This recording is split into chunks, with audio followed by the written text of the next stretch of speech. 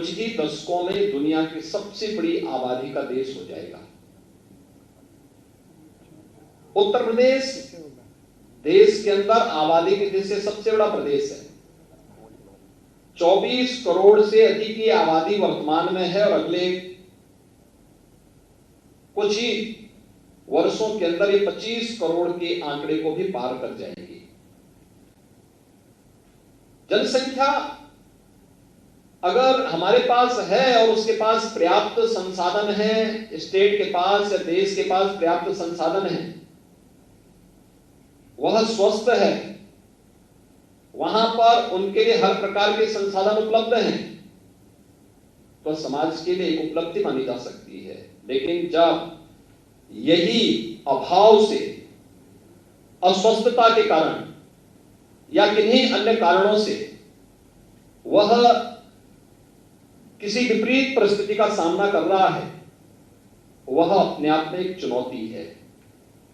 और उस चुनौती को ध्यान में रखने के लिए ही यह विश्व जनसंख्या दिवस पूरी दुनिया की मानवता को बचाने के लिए यह संयुक्त राष्ट्र संघ ने दुनिया के अंदर जो अनेक दिवस दिए हैं, उनमें से विश्व जनसंख्या दिवस 11 जुलाई यह जनसंख्या नियंत्रण के बारे में, इसके स्त्रीकरण के बारे में व्यापक जागरूकता के अभियान के साथ जुड़ने का कार्यक्रम है।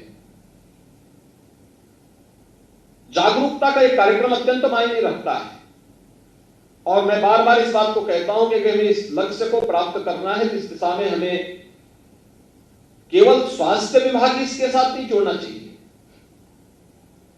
बल्कि इससे संबंधित सभी विभागों को इसके साथ जोड़ा जाना चाहिए। हर तबके के लोगों को जोड़ा जाना चाहिए। आखिर ग्रामीण विकास और पंचायती राज, नगर विकास इससे दूर क्यों? शिक्षा विभाग इससे दूर क्यों है? अन्य उन विभागों को जिनकी बड़ी भूमिका हो सकती है, क्योंकि जब हम परिवार नियोजन की बात और जनसंख्या स्त्रीकरण की बात करते हैं तो हमें इस बात को ध्यान में रखना होगा कि जनसंख्या नियंत्रण का कार्यक्रम सफलतापूर्वक आगे बढ़े, लेकिन जनसांख्यिकी असंतुलन की स्थिति भी न पैदा होने पाए। ऐसा नहीं कि किसी वर्ग की आबादी बढ़ने की स्पीड, उनका प्रतिशत ज्यादा हो और कुछ जो मूल निवासी हो, उन लोगों की आबादी के स्त्रीकरण में हम लोग जागरूकता के माध्यम से, इन्फोर्समेंट के माध्यम से उसको नियंत्रित करके जनसंख्या संतुलन की स्थिति पैदा करें। और यह एक चिंता का विषय है हर एक उस देश के लिए जहां पे जनसंख्या संतुलन की स्थिति पैदा होती है, जनसांख्यिकीय संतुलन की स्थिति पैदा होती है, रिलीजियस डेमोक्रेसी पर इसका विपरीत असर पड़ता है। फिर वहां पर एक समय के बाद अव्यवस्था और अराजकता जन्म लेने लगती है। और इसलिए जब हम लोग जनसंख्या स्त्रीकरण की बात करें तो समान रूप से समाज में प्रत्येक जाति, मत, मजहब, क्षेत्र, भाषा, इन सबसे ऊपर उठ करके समान रूप से जागरूकता के व्यापक कार्यक्रम को इसके साथ जोड़े जाने की आवश्यकता है। इसमें बड़ी भूमिका का निर्वहन कर सकती हैं आशा बहनें, आंगनवाड़ी की कार्यकर्तियां, ग्राम प्रधान, क्षेत्र पंचायत समिति, जिला त्रिस्तरीय पंचायत से जुड़े हुए प्रतिनिधिगण,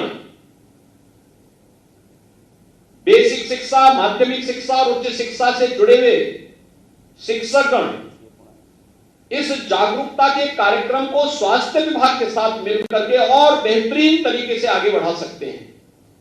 और इस दिशा में एक सामूहिक प्रयास होना चाहिए।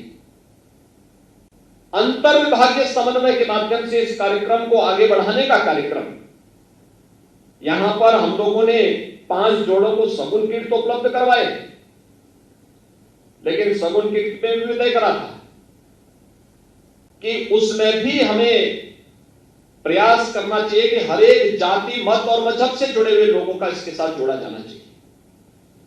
क्योंकि सबसे बड़ी चुनौती है, अक्सर जब बात होती है मातृ मृत्यु दर और शिशु मृत्यु दर को नियंत्रित करने की, मैटरनल एनीमिया को एक नेशनल एवरेज के बराबर लाने की, उस समय हमारे सामने समस्या देखने को मिलती है कि किसी एक वर्ग विशेष में मातृ मृत्यु दर भी ज्यादा है, शिशु मृत्यु दर भी ज्यादा है। अगर दो बच्चों के बीच में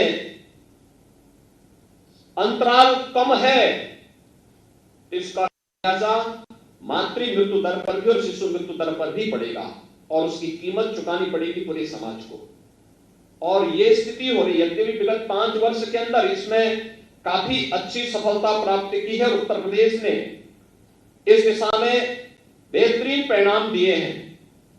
खासतौर पर उत्तर प्रदेश का जो लक्ष्य रहा है वह मैटरनल एनीमिया में आज यह 51.1% से घट करके 45.9% तक रह गया है।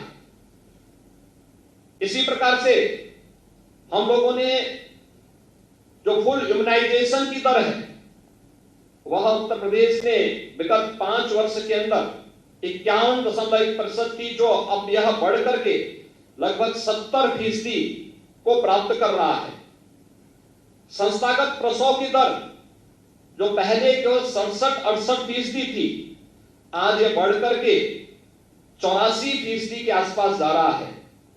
और यही नहीं बल्कि मातृ मृत्यु दर में भी और शिशु मृत्यु दर में भी उत्तर प्रदेश ने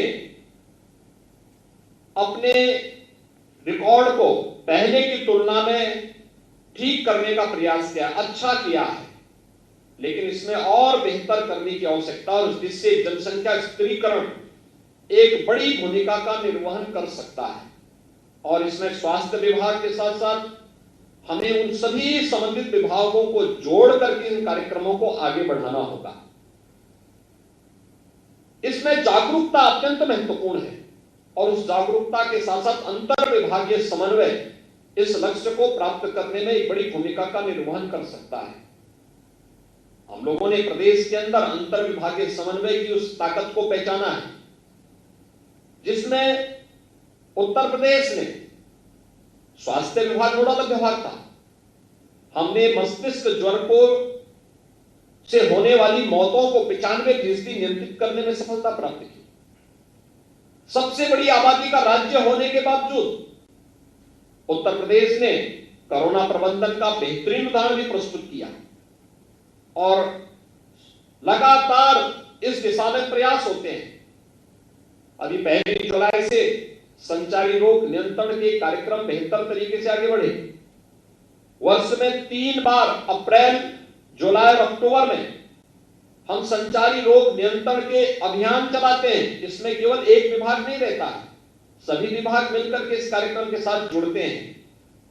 अलग अलग यानी अतिरिक्त बजट का प्रावधान किए बगैर अपने निर्धारित विभागीय बजट के माध्यम से सभी विभाग जब सामूहिक रूप से प्रयास करते हैं, भारी सफलता प्राप्त हुई है। और राष्ट्रीय स्तर पर उत्तर प्रदेश के इन कार्यक्रमों को हर जगह उसकी सराहना भी उससे प्राप्त हुई है।